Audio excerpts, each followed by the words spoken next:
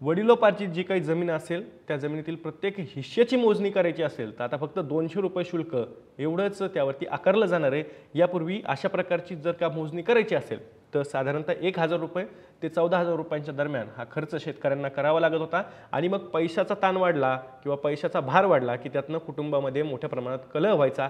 परंतु आता तसं होणार नाही अशा प्रकारचा दावा हा राज्य सरकारकडून आणि भूमिलेख विभागाकडून करण्यात येतो। या निर्णयामुळे नोंदणीकृत वाटणीपत्राच्या आधारे जमिनीचं विभाजन करून घेणाऱ्या शेतकऱ्यांच्या मोजणीवरील मोठा आर्थिक भार हा कमी होणार आहे।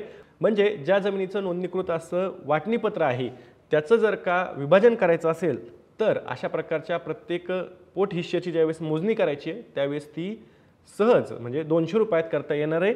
त्यासोबतच त्याच्यावरचा आर्थिक भारही कमी होणार आहे। यापूर्वी वडिलोपार्जित जसं मी म्हणालो की जमीन मोजायची असेल तर ₹1000 ते ₹14000 खर्च लागायचा, पण आता मात्र प्रत्येक पोट हिश्श्याची जर का मोजणी करायची असेल तर 1000 ते ₹14000 ऐवजी फक्त आता ₹200 ही मोजणी करता येणार आहे। अशा प्रकारची माहिती राज्याचे जमाबंदी आयुक्त डॉक्टर सुहास दिवसे यांनी एका पत्रामध्ये दिलेली आहे।